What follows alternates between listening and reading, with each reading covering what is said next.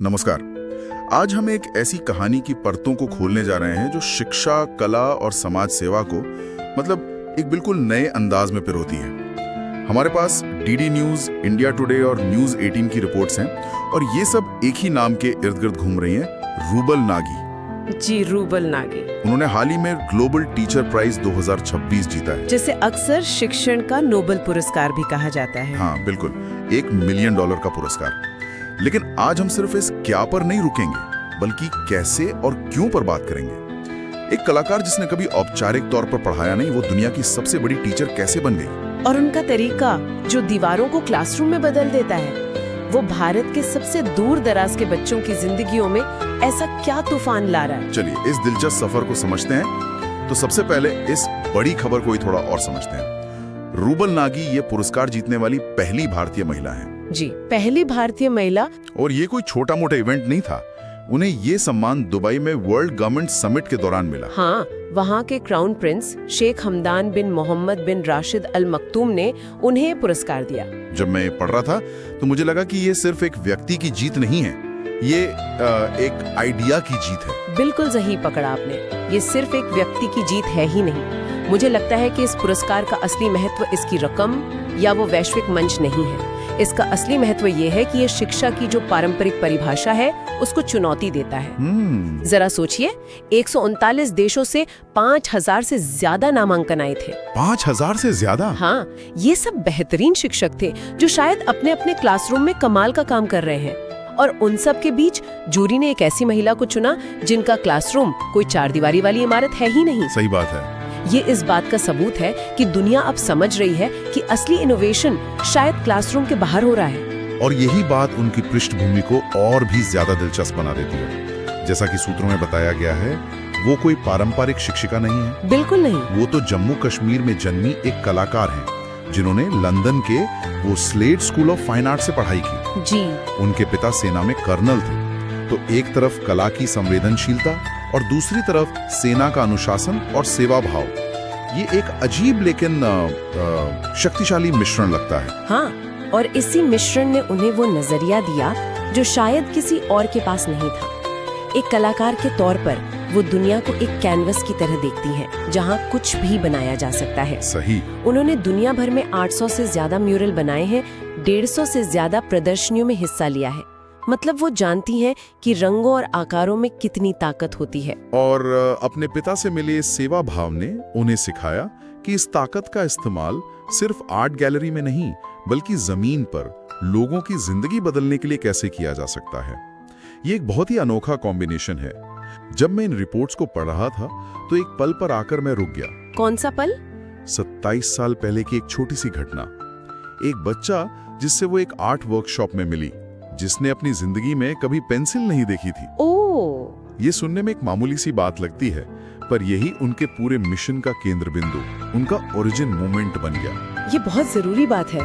अक्सर बड़े बदलाव किसी सरकारी पॉलिसी या एकेडमिक रिसर्च पेपर से नहीं, बल्कि ऐसे ही एक मानवीय पल से शुरू होते हैं। वो पल उनके लिए सिर्फ एक मुलाकात नहीं था, वो एक आईना था। उस बच्चे में उन्होंने उस भारत को देखा जो विकास की दौड़ में कहीं पीछे छूट गया था। अच्छा। उन्होंने एक इंटरव्यू में कहा भी है कि उस पल ने उन्हें झकझोर कर रख दिया। उन्हें ये एहसास हुआ कि उनकी कला, जो उन्हें दुनिया भर में पहचान दिला रही है, अगर इस बच्चे के किसी काम नहीं आ सकती तो उसका मकसद क्या है। मतलब उस एक पल में उन्हें अपनी कला का एक नया मकसद मिल गया। सजावट से शिक्षा की ओर एक कदम। बिल्कुल। उन्होंने उस बच्चे की जरूरत को एक समस्या के तौर पर नहीं देखा, उन्होंने उसे एक डिजाइन चैलेंज के तौर पर देखा। डिजाइन चैलेंज कैसे? समस्या, बच्चे के पास सीखने का कोई जरिया नहीं है। डिजाइन चैलेंज, मैं अपनी कला का इस्तेमाल करके सीखने का एक ऐसा जरिया कैसे बना सकती हूँ जो मजेदार हो, सुलभ हो और बच्चे के माहौल का ही एक हिस्सा हो। अच्छा। और इसी सवाल का जवाब है उनका पूरा मॉडल। तो आते हैं उस मॉडल पर, सीखने की जीती जागती दीवारें। ये सुनने में बहुत काव्यात्मक लगता है, लेकिन जमीन पर इसका मतलब क्या है? वो करती क्या है? क्या ये सिर्फ दीवारों पर सुंदर चित्र बनाना है? नहीं, ये उससे कहीं ज्यादा है। सोचिए, एक झुग्गी बस्ती या एक दूर दराज का गांव। ठीक है। वहाँ की सबसे ज्यादा नजरअंदाज की गई चीज क्या होती है? गंदी बेकार पड़ी दीवारें। रूबल नागी ने इसी बेकार चीज को सबसे कीमती संसाधन में बदल दिया। मतलब कैसे? ये सिर्फ पेंटिंग्स नहीं है, ये इंटरैक्टिव लर्निंग टूल है। मान लीजिए दीवार पर एक बड़ा सा आम का पेड़ बना है। उस पेड़ पर गिनती सिखाने के लिए 10 आम बने हैं। पत्तों के अलग अलग रंगों से विज्ञान सिखाया जा रहा है। पेड़ के नीचे कहानी के पात्र बने हैं जिनसे अक्षर ज्ञान हो रहा है। अच्छा, मतलब बच्चा खेलते खेलते सीख रहा है बिना ये जाने कि उसे पढ़ाया जा रहा है। ये तो सीखने के मनोविज्ञान को ही बदल देता है। एग्जैक्टली। स्कूल का डर खत्म। आपने सबसे जरूरी बात पकड़ ली, मनोविज्ञान। इसके पीछे 2 मुख्य बातें हैं।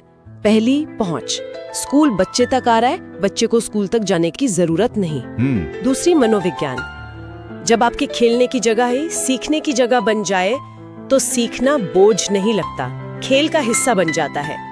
कोई यूनिफॉर्म नहीं, कोई टाइम टेबल का डंडा नहीं, कोई परीक्षा का डर नहीं। हाँ, ये बात तो है। ये सीखने को एक स्वाभाविक और आनंददायक प्रक्रिया बना देता है। और ये सिर्फ बच्चों के अक्षर ज्ञान तक सीमित नहीं है। जैसा रिपोर्ट्स बताती हैं, इन दीवारों के जरिए सार्वजनिक स्वास्थ्य, स्वच्छता, पर्यावरण जैसे विषयों पर भी बात की जाती है। जी। ये तो पूरे समुदाय को शिक्षित करने जैसा है। हाँ, और यहीं पर उनका विजन और बड़ा हो जाता है। उनकी संस्था रूबल नागी आर्ट फाउंडेशन यानी RANF सिर्फ बच्चों को नहीं पढ़ाती। जब बच्चे इन दीवारों के पास इकट्ठा होते तो उनकी माँ भी आती हैं। RANF ने इस मौके का फायदा उठाकर महिलाओं के लिए व्यावसायिक प्रशिक्षण और साक्षरता कार्यक्रम शुरू किए। तो जो दीवार बच्चे के लिए पहला क्लासरूम है, वही दीवार उसकी माँ के लिए आत्मनिर्भर बनने की पहली सीढ़ी बन जाती है। ये एक इकोसिस्टम बनाने जैसा है जहाँ शिक्षा पूरे समुदाय को सशक्त करती है। ये तरीका सुनने में बहुत प्रभावशाली लगता है, लेकिन जमीन पर इसका असर कैसा दिखता है? क्या हमारे पास कोई आंकड़े हैं जो बताते हैं कि ये जीती जागती दीवारें वाकई जिंदगियां बदल रही हैं? हाँ, बिल्कुल। क्योंकि 100 से ज्यादा समुदायों में 800 से ज्यादा शिक्षण केंद्र चलाना कोई छोटी बात तो नहीं है। आंकड़े वाकई चौंकाने वाले हैं। पिछले 2 दशकों में उनके इस मॉडल ने 10 लाख से ज्यादा बच्चों को अनौपचारिक से औपचारिक शिक्षा प्रणाली में लाने में मदद की है। 10 लाख से ज्यादा? जी, मतलब जो बच्चे शायद कभी स्कूल का मुंह नहीं देखते, उन्हें इस मजेदार तरीके से पढ़ने की ऐसी आदत लगी कि वो मेन स्ट्रीम स्कूलों में भर्ती हो गए। 10 लाख बच्चे, ये संख्या इतनी बड़ी है कि इस पर एक पल रुककर सोचना पड़ता है। हाँ, ये भारत के कई छोटे शहरों की कुल आबादी से ज्यादा है। ये तो एक पूरी पीढ़ी को बदलने जैसा है। और सिर्फ यही नहीं, एक और आंकड़ा है जो मुझे बहुत महत्वपूर्ण लगा। जिन इलाकों में उनके कार्यक्रम चलते हैं, वहाँ स्कूल छोड़ने की दर यानी ड्रॉप आउट रेट 50% से ज्यादा कम हो गया है। 50%? हाँ। अब सवाल यह है कि ऐसा क्यों होता है? क्योंकि जब बच्चा इन दीवारों पर पढ़ना लिखना सीख कर स्कूल जाता है तो वो बाकी बच्चों से पीछे नहीं होता, उसे आत्मविश्वास महसूस होता है। अच्छा। उसे स्कूल एक डरावनी जगह नहीं बल्कि अपनी सीखने की यात्रा का अगला पड़ाव लगता है। ये उस नींव को मजबूत करने जैसा है जिस पर फिर कोई भी इमारत खड़ी की जा सकती है। आंकड़ों से परे रिपोर्ट्स में एक कहानी है जिसने मुझे बहुत प्रभावित किया। जी। पुरस्कार जीतने के बाद उन्हें कश्मीर में नियंत्रण रेखा LOC के पास करनाहा गांव में उनके कंप्यूटर सेंटर के एक बच्चे का वीडियो संदेश मिला। वो कहती है कि ये पल उनके लिए बहुत भावुक था। ये दिखाता है कि उनका काम सिर्फ बड़े शहरों की झुग्गियों तक सीमित नहीं, बल्कि भारत के उन कोनों तक पहुंच रहा है जहां पहुंचना सबसे मुश्किल है। ये उस मॉडल की स्केलेबिलिटी को दिखाता है, मतलब इसे बड़े पैमाने पर लागू करने की जो क्षमता है। हाँ। उन्होंने ये सब अकेले नहीं किया, उन्होंने 600 से ज्यादा शिक्षकों और स्वयं सेवकों की एक फौज तैयार की है जिन्हें इस तरीके से पढ़ाने के लिए प्रशिक्षित किया गया है। 600 से ज्यादा? जी, इसलिए ये अब सिर्फ एक व्यक्ति का प्रोजेक्ट नहीं बल्कि एक आंदोलन बन चुका है। और जब आप लॉक के पास के गांव में एक बच्चे को डिजिटल शिक्षा दे रहे हैं तो आप सिर्फ उसे पढ़ा नहीं रहे हैं, आप उसे उम्मीद दे रहे हैं। सही कहा। आप उसे दुनिया से जोड़ रहे हैं। आप गरीबी और निरक्षरता के उस चक्र को तोड़ रहे हैं जो पीढ़ियों तक चलता है। इसका सामाजिक और आर्थिक प्रभाव बहुत गहरा है। तो इतने बड़े पैमाने पर काम करने और इतना बड़ा सम्मान पाने के बाद कोई भी सोच सकता है कि अब शायद थोड़ा आराम करने का वक्त है। हाँ, लगता तो यही है। ये पुरस्कार मंजिल नहीं बल्कि एक नए मिशन का लॉन्च पैड है। जी। सवाल उठता है कि इस $1 मिलियन की पुरस्कार राशि का वो क्या करेंगी? और उनका जवाब उनके विजन को और साफ कर देता है। वो इस पैसे का इस्तेमाल एक व्यावसायिक संस्थान, एक वोकेशनल इंस्टीट्यूट स्थापित करने के लिए करने वाली है। एक वोकेशनल इंस्टीट्यूट? हाँ, ये संस्थान वंचित पृष्ठभूमि के युवाओं को मुफ्त में पेशेवर कौशल और डिजिटल साक्षरता का प्रशिक्षण देगा। ये तो कहानी को एक नए स्तर पर ले जाता है। मतलब अब बात सिर्फ क ख ग या 1 2 3 सिखाने की नहीं रही। नहीं, अब बात सीधे सीधे रोजगार और आत्मनिर्भरता की है। बिल्कुल। ये उस पूरी कहानी को एक तरह से पूरा करता है जो 27 साल पहले उस एक बच्चे से शुरू हुई थी जिसने पेंसिल नहीं देखी थी। सही। सोचे उस बच्चे की यात्रा कहाँ से शुरू हुई और कहाँ तक पहुँच सकती है। पहले उसे दीवार पर रंगों से अक्षर ज्ञान मिला, फिर वो स्कूल गया और अब उसी जैसे हजारों युवाओं को एक ऐसा संस्थान मिलेगा जहां वे आज के जमाने के कौशल सीखकर अपने पैरों पर खड़े हो सकेंगे। ये साक्षरता से सम्मान तक का सफर है। वाह! ये एक संपूर्ण दृष्टि है जो सिर्फ समस्या के एक हिस्से को नहीं बल्कि पूरी तस्वीर को देखती है। तो ये थी रूबल नागी की कहानी।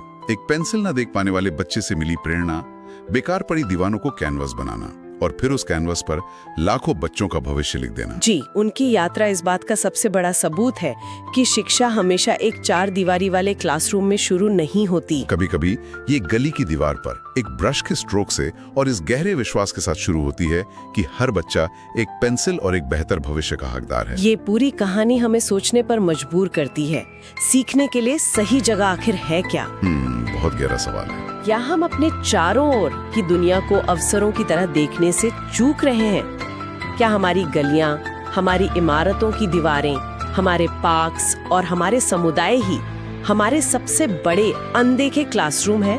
और अगर ऐसा है तो हम अपनी रोजमर्रा की जगहों को सीखने और सिखाने के नए अवसरों में कैसे बदल सकते हैं? ये एक सवाल है जिस पर हम सभी को सोचना चाहिए।